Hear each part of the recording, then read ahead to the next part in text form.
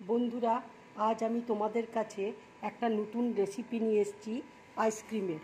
দেখো, আমি দুধকে ঘন করে জাল দিয়ে কিছুটা আমের পাল্প এর মধ্যে মিশিয়ে নিয়েছি, আর একটু আম আমি মিশিয়ে দিচ্ছি।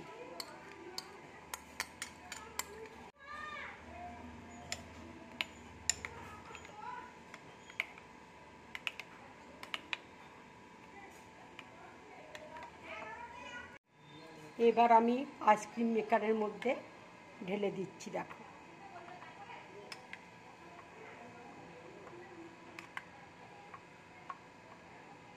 এটা 7 থেকে 8 ঘন্টার মতন আমি ডিপ ফ্রিজে রাখবো।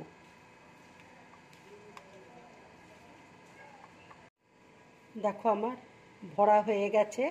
এবার আমি ঢাকাগুলো লাগিয়ে দিচ্ছি। এটা 7 থেকে 8 ঘন্টার মতন আমি ডিপ ফ্রিজের মধ্যে রেখে দেবো। ঢাকা দিয়ে আমি 7 থেকে 8 ঘন্টার মতন আমি ডিপ ফ্রিজের মধ্যে রেখে দেবো। দেখো, 8 ঘন্টা বাদে আমি আইসক্রিমগুলো এবার তোমাদেরকে দেখাচ্ছি। ঠিক এইভাবে তোমরা আইসক্রিম করবে। দেখো, কুলফিটা আমার কীরকম হয়েছে। দেখো, আইসক্রিম এবার আমি বাটির মধ্যে রেখে তোমাদেরকে দেখাচ্ছি। এইভাবে আইসক্রিম তোমরা করবে, জমাবে।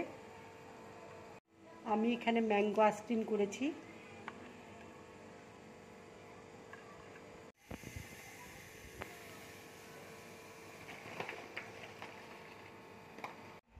এইভাবে তোমরা ডেকোরেশন করবে, বাচ্চারাও তাতে খুব সুন্দরভাবে খাবে।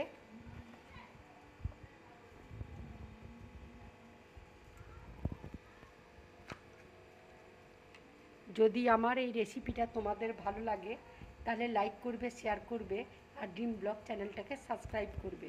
নমস্কার।